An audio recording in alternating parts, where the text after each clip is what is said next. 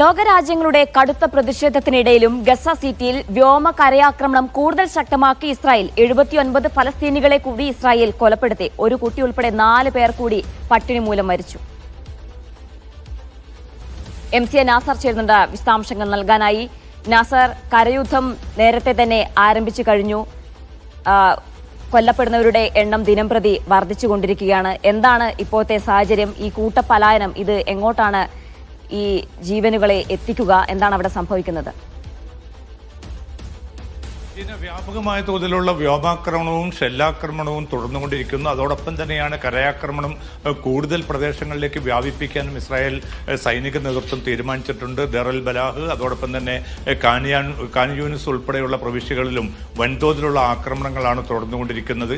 ഏതാണ്ട് ലക്ഷക്കണക്കിന് പലസ്തീനികളാണ് ഇപ്പോൾ ഗസ സിറ്റിയിൽ നിന്നും കൃത്യമായിട്ടുള്ള ലക്ഷ്യം പോലും ഇല്ലാതെ അവിടെ നിന്നും പലായനം ചെയ്യാൻ നിർബന്ധിക്കപ്പെട്ടിരിക്കുന്നത്. പുതുതായിട്ട് സലാഹുദ്ദീൻ സ്ട്രീറ്റ് മുഖേന ഒരു മാർഗം കൂടി മവാസിയിലേക്ക്, തെക്കൻ ഗസയുടെ ഒരു ഭാഗമാണ് മവാസി, ആ ഭാഗത്തേക്കാണ് ആളുകളോട് ഒഴിഞ്ഞു പോകാൻ നിർദ്ദേശിച്ചിരിക്കുന്നത്. ആ ഒഴിഞ്ഞു പോയിട്ടില്ലെങ്കിൽ കൂടുതൽ ശക്തമായിട്ടുള്ള ആക്രമണം ഉണ്ടാകുമെന്ന മുന്നറിയിപ്പുകൾ നൽകിയിരിക്കുന്നു. അതോടൊപ്പം തന്നെ ഈ വടക്കൻ ഗസയിലേക്കുള്ള ഭക്ഷ്യ സഹായം ഉൾപ്പെടെ എല്ലാം തൽക്കാലം വിലക്കാനുള്ള ഒരു തീരുമാനം കൂടി ഇസ്രായേൽ കൈക്കൊണ്ടിട്ടുണ്ട്. ഇത് ഏറ്റവും ചുരുങ്ങിയത് 6 ലക്ഷം പലസ്തീനികളെ പട്ടിണിയിലേക്ക് തള്ളിവിടും.